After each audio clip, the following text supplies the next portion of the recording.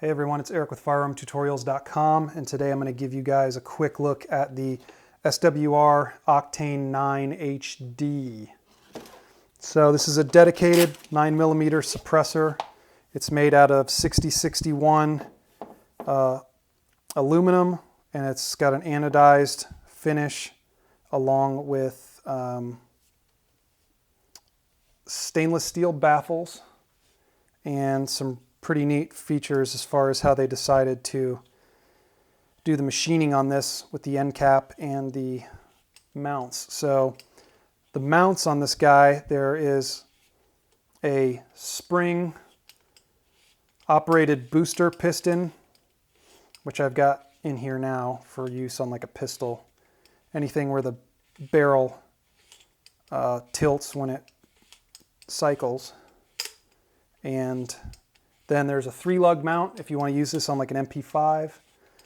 And then there's fixed mount stuff. So if you wanted to use it on like a rifle that's shooting 300 blackout, or you know, anything like a Mac 10 or something that doesn't have a tilting barrel. So pretty standard. You've just got a piston, like I said, a spring operated piston, and then the threaded mount.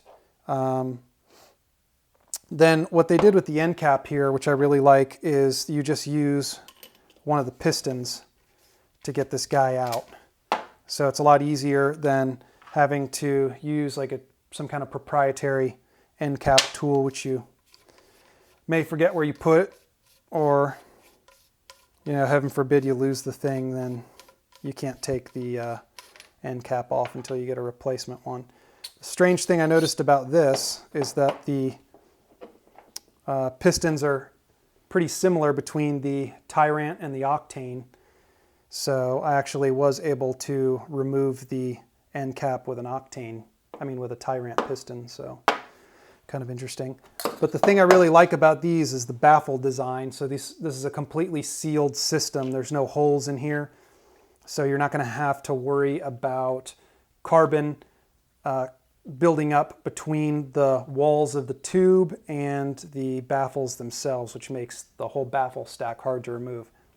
I have that problem with the Tyrant 45 is, if I go out and shoot a bunch of 45, especially reloads that, may not burn all the powder, and they're a little bit dirtier than factory ammo, I have a real hard time banging that baffle stack out because the carbon just builds up in between there, and it makes it a real chore to remove. So we don't have to worry about that. These are also stainless steel, so they're a little bit more durable than some of the alternatives like aluminum, which gives you more cleaning options that way. With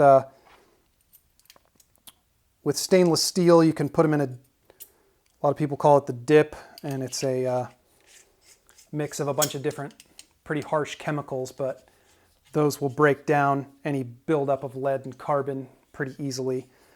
You could also put them in an ultrasonic cleaner. You could sandblast them. You can tumble them. So you've got a lot of options that way. So the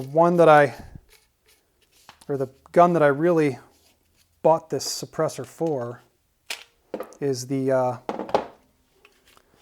HK USP SD, which I've done a review on. If you haven't seen this gun before, you can check out my review on it. But it is my favorite 9mm, and I think these two are going to go together really well.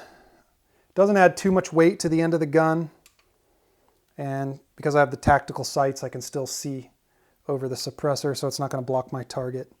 And pretty nice. So if you guys have any questions, let me know. Thanks for watching.